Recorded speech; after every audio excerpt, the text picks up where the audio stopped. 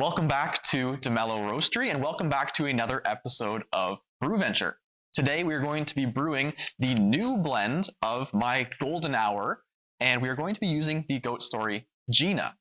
So this new blend of golden hour has changed a little bit.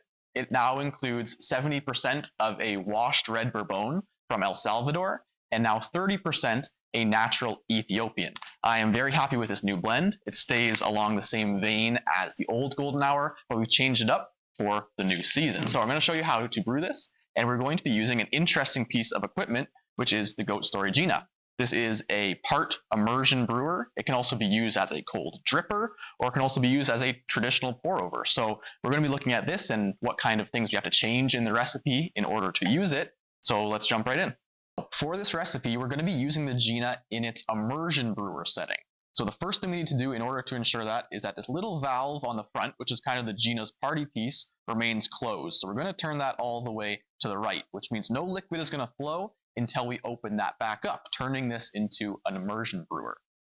Next, for this recipe, we have water at 95 degrees Celsius, and we're going to start off with 23 grams of coffee. So let me weigh that out now. Going to open up a fresh bag.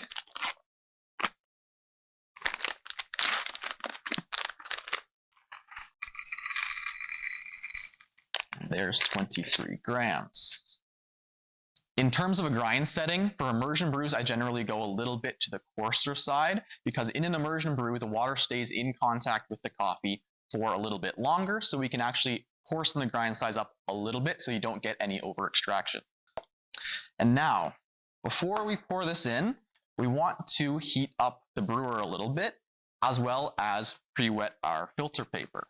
So I'm going to put this on, and with the valve still closed, we're going to add in some water. And what this is going to do is heat the thick porcelain walls of the brewer, as well as rinse the filter paper all at once. So we're just going to let that sit there for a couple moments. It doesn't have to be too long, but essentially what we want to make sure of is that when we add in our actual brew water with our coffee, the water temperature does not drop because all the temperature is being absorbed by the brewer itself. So after that feels nice and warm, we can then open up this valve, let the water out, and we can start our actual brew. So I'm going to add in our coffee now. And as we do that, I'm going to pull up the app. So the Gina is a connected smart brewer. It uses Bluetooth, it has a scale built in, and it helps us do a lot of the different brewing functions. So I'm going to tear the scale, add in our coffee, 23 grams on the dot, and then I'm going to hit next, and then we're going to click brew to start the timer. Again, making sure that our valve is completely closed so that this maintains its immersion brewing. We're then going to start adding our first blooming pour. That's going to be 50 grams, and we're going to bloom for 45 seconds. So I'm watching the scale there. We're going to add in 50 grams, and then we can give this a little swirl. You can also use a stirring stick. You can use anything you like, and we're going to let that bloom for the first 45 seconds. So the beauty of an immersion brew is, like I said, it holds all the water in. You aren't getting actually any percolation or drawdown during the brewing process, and this allows it to be a little bit more consistent. If you struggle with consistency in your pour overs, or maybe you don't have a super high quality grinder, immersion might actually be a good option for you. So we're now at exactly 40 seconds, 42, 43, 44, 45. Our next pour is now going to be 150 grams, and we're going to do that slowly over the course of around a minute. So we're going to add in the next 150, taking us up to 200 grams. Making sure to evenly wet those grounds. But unlike pour over, you're going to see the brewer filling up. And there's 200. And then what we can do is put the lid on, because we're going to wait around 20 seconds for this to just sit, to steep, similar to maybe a tea, but we're doing it now, obviously, for coffee. We're going to let that sit there, and this is just all to maintain the temperature. After around 20 more seconds, we can add in the final pour, which is going to be 100 grams, taking us up to a full brewing weight of 300. So this is a 1:13 ratio. It's a little bit shorter because, again, in an immersion brew, you have more contact time, you have more opportunity for that coffee to extract. So we're going to shorten it a little bit to avoid over extraction. So here we go with the last 100 grams, taking us up to 300. And on the Gina, this is about the maximum amount of coffee that we can put in here. This cone will fit just about a 23-gram dose with 300 grams of water. And now our brew time is around 2 minutes and 30 seconds. Normally in an immersion brew, it goes for around 3 minutes and then you immediately let it draw down.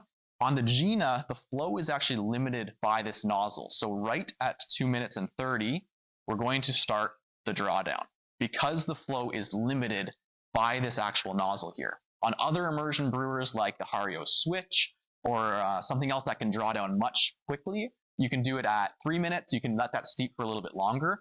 But because this draws down a little bit more slowly due to that flow limitation, we're going to just start it right now and let that brew through. We can put the lid on to help maintain the temperatures again. But that's essentially it. So like I said, if you normally do a pour over, or even you normally drink something like a French press, trying an immersion brew is kind of a nice mix of those two brewing methods. You kind of get the consistency of an immersion with the same clarity and texture you might get from a pour over, because it's a filtered brewing method. So just an interesting thing to try. You don't have to invest in something fancy and Bluetooth connected like the Gina. The Hario Switch is also a really neat way to experiment with immersion. And there we have it.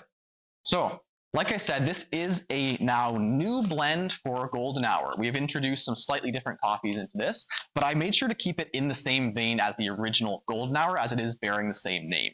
So in this coffee, we now have 70% of a washed red Bourbon from El Salvador, and then we still have 30% of a natural Ethiopian. So the tasting notes that we now have on the bag is still some stone fruit up front, which is an apricot, but now we have added tasting notes of thyme and chestnuts. So that little bit of a nutty finish is probably the main difference between this coffee and the old Golden Hour. So let's have a taste. Let's see how I did. That's really quite good. So that shorter brewing ratio that we use really brings forward the stone fruit, and it makes sure that we don't over extract. Because like I said, we do still have that nutty finish on the end that is now introduced, keeping it nice and balanced. So you don't need to push too hard for extraction to have a balanced cup out of Golden Hour. So I hope you guys enjoyed this video. I hope you guys enjoyed this episode of Brewventure, exploring some new brewing technologies. And I hope that you join us next time and pick yourself up a bag of Golden Hour. Thanks for watching.